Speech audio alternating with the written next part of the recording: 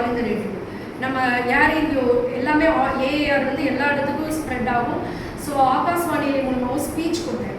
அதுலேயும் நிறைய பேர் க்யூர் ஆனதுன்னு சொன்னாங்க. தென் அந்த காலேஜில் போய் நின்று பண்ணும்போது என் ஹஸ்பண்ட் வந்து வெளியில் மரத்தடியில் வெளியில் தான் உட்காந்துருப்பாங்க. உண்மையிலே தான் காப்பாற்றப்பட்ட மாதிரி எல்லா உயிர்களும் காப்பாற்றப்படணும் அப்படின்னு நினச்சி அந்த நேரத்தில் நான் கிளாஸ் எடுத்தேன். அதுக்கு நான் ஆல் ஓவர் இந்தியாவில் கல்பனாச்சம் வாங்கினேன்.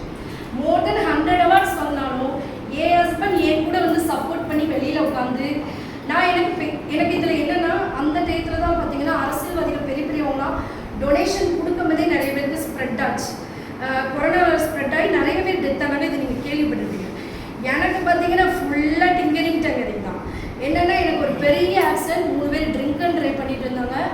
நம்மளுடைய ஆர்எஸ் மருத்துவமனை இங்கே கேள்விப்பட்டிருப்பேன். அங்கே தான் வந்து பெரிய ஆக்சிடென்ட். அந்த இடத்துல இந்து இறந்துட்டான்னு சொல்லிட்டாங்க, காப்பாற்ற முடியாதுன்னு சொல்லிட்டாங்க. ஸோ இதை நான் ஏன் சொல்ல வரேன்னா, இறந்தாலும் வந்து எந்திரிச்சு வந்து நம்ம வந்து ஹெல்ப் பண்ணணும். இந்த மாதிரி பின்னாடி வந்து எனக்கு வந்து இன்னும் உதவி பண்ணுறதுக்காக கடவுள் கொடுத்துருக்காங்க நான் நினச்சிக்கிறேன். என் குழந்தையில எனக்கு 2 மாதம் யாருன்னே தெரியாது. இன்னும் நினச்சா நான் அம்மான்னு வந்தால் கூட நான் தள்ளி விடுவேன் அப்படின்னு சொல்லுவாங்க.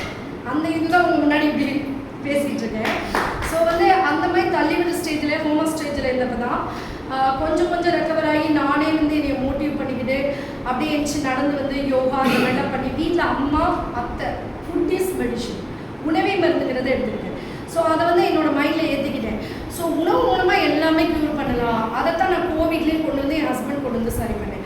அதை அப்படியே வந்து நம்மளுடைய ரெட் காலேஜ் ராம்போ காலேஜ்லேயும் இளந்தோப்பு ஜிஹெச்சில் பார்த்தீங்கன்னா சுற்றி கிராமத்தில் உள்ளவங்க தான் வருவாங்க பேஷண்ட்ஸ்.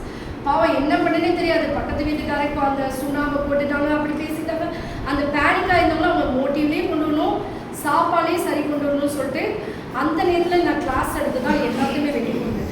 ஸோ இந்த உணவே மருந்துங்கிற கான்செப்டை வச்சு நிறைய இடத்துல கிளாஸ் எடுக்க ஆரம்பித்தேன். நல்லா ரீச் ஆச்சு. அப்போ வந்து அந்த நேரத்தில் என் பொண்ணு வந்து 10th படிக்கிறான். ஸோ அந்த இடத்துல பிரேக் விழுவும். 10th +1 +2 இப்படி தான் போச்சு. ஸோ எப்படின்னா லேடிஸ்க்கு ஒரு பிரேக் விழுந்துடும்.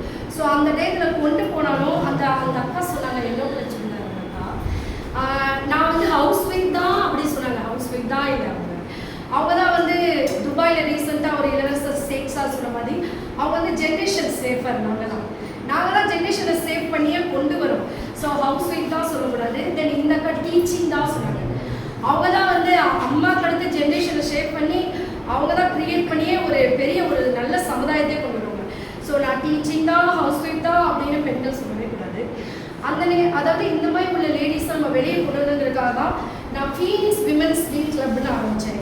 என்னோட நேட்டிவ் வந்து நான் இங்கே வாழ்ந்தாலும் நேட்டிவ் வந்து மதுரை பக்கத்தில் திருமங்கலம் பக்கத்தில் குன்னத்தூர். ஸோ அவங்கள லேடிஸ்லாம் எல்லோரும் வேலைக்கு வரணும், நிறைய பிஸ்னஸ் பண்ணணும் அப்படிங்கிறதுக்காக அவங்களுக்கு நிறைய